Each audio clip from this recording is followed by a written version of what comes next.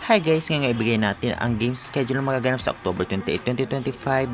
Syempre, kasama na dyan ang venue. Kaya before that guys, please naman, huwag niyong kalimutan mag-like, comment, subscribe, and pahit mo notification bell para lagi po kayong updated sa mga banggang video about sa volleyball dito sa Pilipinas. Agad-agad ngayon nga ay ibigay natin ang schedule na magaganap sa October 28, 2025. Una magtatapatan nga ay ang Galleries Tower High Risers versus Akari Power Chargers 1:30 p.m.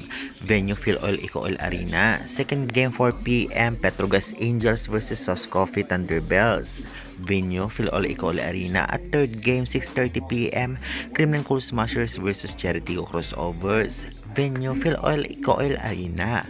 Mapapanood sa One Sports Plus, Pilipinas Live at Signal Application at syempre sa PBL.ph Live.